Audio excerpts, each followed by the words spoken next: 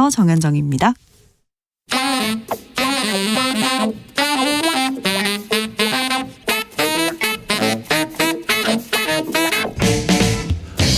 세계는 넓고 이슈는 많다. 우리의 시야를 국제적으로 넓혀보겠습니다. 국내 뉴스, 국제 이슈 다 덤벼라.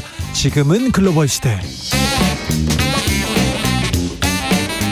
국제적 토크의 세계로 들어가 보겠습니다. 군사 외교 안보 전문가 김종대 전 의원. 안녕하십니까. 세계적인 평론 스케일 임상훈 인문결 연구소장, 어서 오세요. 안녕하십니까. 네. 자, 일본에서 우리나라를 G7 정상회의에 초청했습니다. 이거 엄청난 진전이라고 얘기하던데 김종대 의원님 어떻습니까? 문재인 정부 때도 초청받았어요. 네. 이번엔 일본이 의장국이니까 초청을 했다. 요거 하나 다르지 처음 있는 일도 아니고 네. 이전에도 다 참여했습니다. 그래서 이걸 갖다가 어떤 한국 외교의 새로운 성과라고 조금 너무 부풀릴 필요는 없다. 예전에는 세계 외교 안보의 장에서 일본이 우리를 항상 방해했잖아요. 네, 그런 점에서 하나가 달라진 분위기지 참석 자체는 새로운 건 아닙니다. 그때 문재인 대통령 가셔가지고 코로나 방역 잘했다고 박수도 받고 그랬잖아요. 네네. 그때는 참 우리가 선진국한테도 박수를 받는 그런 좀 자부심이 있었는데. 네, 그러고 일본 총리는 저 뒷줄에 서 있고 오히려 우리가 더 환영받았어요. 네. 그 당시 분위기가. 근데 어쨌든지간에 초청받은 건 잘된 일입니다. 네. 그것도 성과라고 자꾸 이야기를 하는데 인색할 필요는 없을 것 같아요. 그건 잘된 일입니다. 네, 임상훈 소장님. G7이 사실은 지금 위기를 맞고 있는 것이죠. 그러니까 1975년에 처음 만들어진 건데 당시만 하더라도 7개 나라, 흔히 우리가 말하는 최고의 선진국 강대국이죠. 그러니까는 네. 군사력, 그 당시는 군사력, 문화, 경제 모든 면에서 강대국들이었고 그 7나라의 GDP를 다 합치면은 전 세계 GDP, 전 세계 생산량의 56%를 차지했었던. 그래요. 그랬었던 거죠. 그랬는데 이제 점점 그게 변하지 않습니까? 2000년 들어오면은 7나라의 GDP 합친 게 이제 45%가 되거든요. 그러니까 뚝 떨어지죠. 그 사이에 흔히 우리가 말하는 브릭스라고 부르는 러시아, 네. 중국, 인도 등등 그 나라 GDP가 다 75년 당시에 17%였는데 25%까지 올라오는 것이죠. 그러니까 그러니까 G7이 더 이상 세계를 어떻게 쥐락펴락하지 못하는 시대가 오면서 사실 트럼프 대통령 있을 때 처음 그런 얘기가 나왔었죠. 이제 G7은 안 된다. 네, G11으로 가자. 네, 그렇게 하면서 나왔죠. 당시 이제 트럼프 대통령은 러시아, 한국, 소주, 인도 이렇게 4나라 넣어서 G11 하자. 근데 여기서 반대한 게 어디입니까? 일본이었죠. 일본이 한국을 반대했고, 그렇죠. 독일이 러시아를 반대했고. 그래서 이게 이제 파토가 죄송합니다. 그러니까 이게 끝나고 근데 그 다음에 그러니까는 영국 대회에서는 러시아를 빼고 대신 남아공을 이제 집어넣어서 네. 그렇게 해서 이제 겨우 집어넣은 영국이 이제 한국을 초대하겠다고 꼭 하니까. 네. 그래서 했던 것이고 그래서 이제 G7에 더 이상 이제 우리가 초대받았다 이렇게 좋아할 그런 때는 아니고 이제 사실 G7이 얼마 못 갈 것 같아요. 한국, 인도 이런 나라들이 포함을 시켜서 더 커진 G10 혹은 11 이런 것이 이제 곧 만들어질 거고. 물론 일본이 초대하니까 좋은데 이게 새삼스러운 일은 아니고 이제 앞으로 그렇게 바뀔 것 같아요. 자, 한일 정상회담 이후 그리고 한미 정상회담도 있습니다. 자, 네. 이후 이 안보는 어떻게 우리 외교는 어떤 방향을 향할지 어떻게 가고 있는 것처럼 보이십니까? 일단은 어제 윤석열 대통령이 국무회의 모두 발언에서 그렇게요. 지금 한일 관계를 이렇게 추동해 나가는 모든 합축적인 하나의 전략 개념을 또 인도태평양 전략으로 직접 언급을 했었어요. 네. 그래서 한일이 인도태평양 전략에 적극 협력한다. 이 한 문장이 저는 핵심이라고 보는데 문제는 말이죠. 이게 언젠가부터 아시아 태평양이 인도태평양으로 바뀐 거거든요. 네. 아태가 인태로. 이게 굉장한 전환인데 우리 사회에서는 이 부분에 대해 별다른 논쟁이 없었어요. 예. 그런데 인도태평양이라고 했지만 제가 보기에는 인도가 그럼 인도태평양 전략을 받아들였느냐.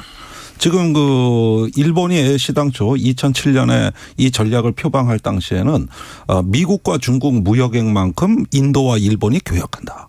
이런 비전이었거든요. 예. 그런데 지금 일본 무역에서 인도가 차지하는 비중이 보면 수입의 0.8%, 수출의 1.7%입니다. 그러니까 오히려 거꾸로 간 거예요. 그다음에 쿼드가 무력화됐어요. 인도가 최근에 러시아에 협력했던 여러 가지 일탈된 조짐을 보였고 제재에도 참여 안 했고 이러다 보니까 정작 인도 없는 인도 태평양이 돼버렸습니다. 예. 붕어빵에 붕어가 없어요. 예. 네. 그러니까 붕어빵은 원래 없었어요. 인도 태평양 전략으로 일본과 손잡고 중국을 견제하기 위해서 인도가 그 어떤 대안으로 이렇게 가는 인도 태평양 전략으로 이 모든 걸 설계하고 또 일본하고 이걸 같이 간다고 하게 되면은 저는 우선 실체가 있느냐. 그렇죠. 언제 이걸 검토하셨느냐. 이걸 좀 물어볼 수밖에 없어요. 그리고 그거는 인도양과 태평양 하면서 아시아가 빠져나간 거거든요. 네. 유라시아 그 이니셔티브가 없어진 거예요. 그러니까 이렇게 실체가 없는 인도 태평양 부분하고 유라시아 부분을 무시한 거에 대한 앞으로 초래될 어떤 국익의 손실. 그다음에 오히려 인도보다는 호주 쪽으로 미국은 그렇죠. 중심을 이동하는 것 같습니다. 그래서 오커스가 부각되고 있어요. 그래서 최근에 일본 쪽에서 나오는 얘기는 이제 호주를 끌어들여서 새로운 안보 협의체를 만들자 이런 이야기까지 나오고 있습니다. 그러면 어제 국무회의 연설을 제가 한 두세 번을 들어봤거든요. 네. 그런데 그 이면에 깔린 이제 중국하고의 숙명적인 어떤 파국적인 충돌론을 일단 믿는 것 같고 그러다 보니까 일단은 개념의 공상에 불과한 아직까지는 검증 안 된 인도 태평양 프레임이 엄청나게 강하게 들어왔고 네. 그 다음에 이제 미국에 가서 정상회담하면서 이걸 재확인하면서 이제는 어떤 일본하고 뭐 과거사라든가 여러 가지 묵은 문제들은 다 걸림돌로 제거해버리는 이런 어떤 행보가 가속화될 거다. 초점은 예. 일본은 일단 예선전이라면 4월에 한미 정상회담이 본선이 될 것 같아요. 거기 가서도 이렇게 다 주고 오시는 거 아닌가. 아니 조 바이든 대통령이 한국 왔을 때도 우리가 보따리 엄청 챙겨줬잖아요. 네. 그런데 또 미국은 우리한테 안 줬거든요. 그러니까 이번에 가장 중요한 거는 모든 경제적 공급망에 관한 미래의 어떤 핵심 기술에 대한 사항을 안보 프레임에 다 집어넣었다는 겁니다. 그래서 한일 간의 그 경제협력 안보협력 대화를 NSC가 주도한다. 이렇게 되어 있다면은 안보기구가 경제 문제를 컨트롤하겠다는 얘기거든요. 이틀은 미국에 가서 이게 미국 모델이에요. 이 미국 모델을 지금 일본에 적용한 거거든요. 그러면 앞으로 경제계가 목소리를 못 냅니다. 그러니까 굉장히 그걸 안보부서가 독주할 우려가 있다는 거죠. 네.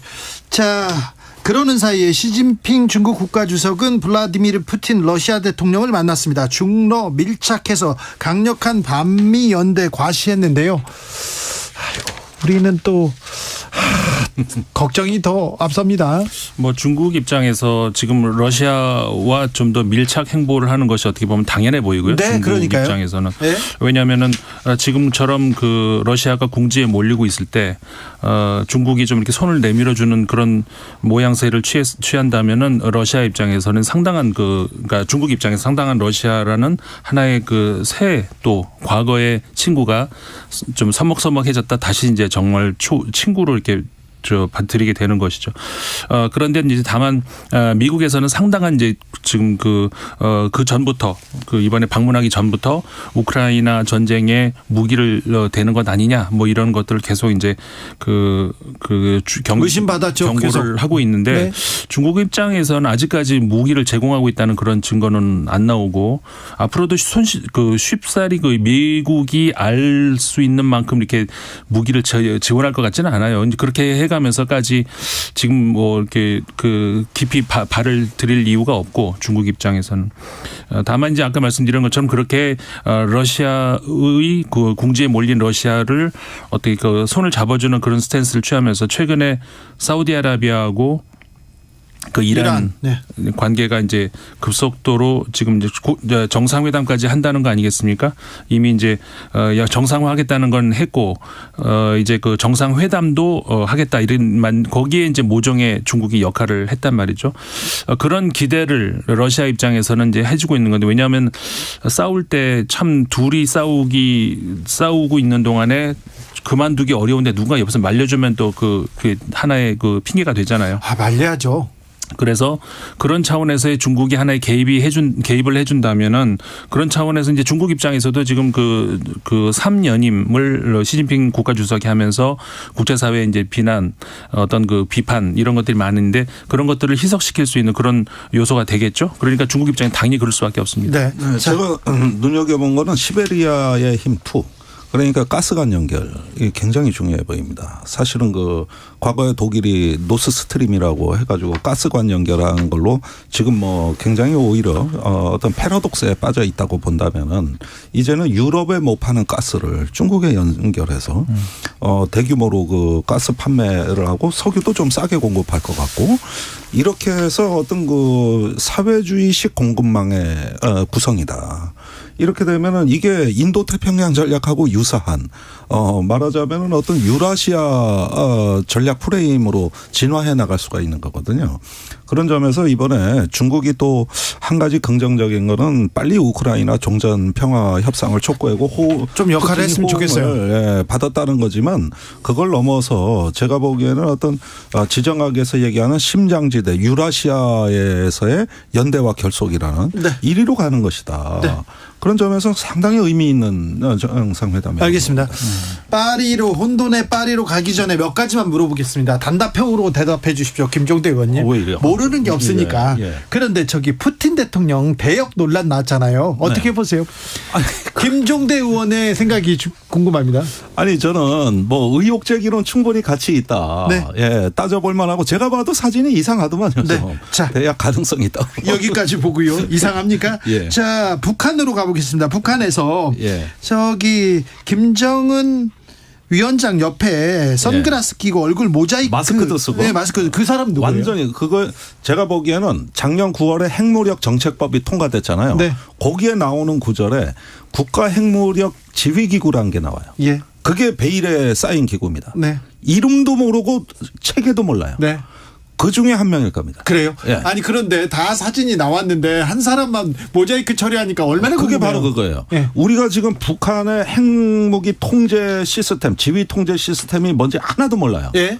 그런데 그런 어떤 무력의 지휘 통제 시스템이 김정은 국무위원장을 보좌한다고 법에 나와 있어요. 예. 그러면 실체가 있는 거거든요. 자, 근데 이게 그러면 그 라인에 있는 거죠. 예. 저 노동신문에 나온 사진은 그렇게 모자이크가 처리돼 있겠지만 아마 정찰위성에서 다 찍을 거 아닙니까? 네. 누군지 얼굴 다 파악하고 그랬겠죠. 아니 선글라스에 마스크까지 쓰고 모자까지 썼으니까 네. 그거 어떻게 합니까? 그럴 수도 있잖아요. 그래도. 아니 무슨 뭐 저기 뭐 거기에 지문 감식기가 달린 것도 아니고. 자, 그걸 그리고요. 어떻게 알아요? 딸 김주의 등장으로 리설주와 지금 김정은의 동생 지금 김여정. 네, 네. 김여정이 권력 구도가 조금 바뀐다 이런 얘기도 네, 있던데. 국책연구기관의 부원장이 그 분석한 내용이죠. 네. 뭐 그런데 가정사 문제고 그 아무리 둘이 싸운다고 그래가지고 10살짜리 딸을 그 대안으로 이걸 내세웠다. 그리고 이게 후계 구도다.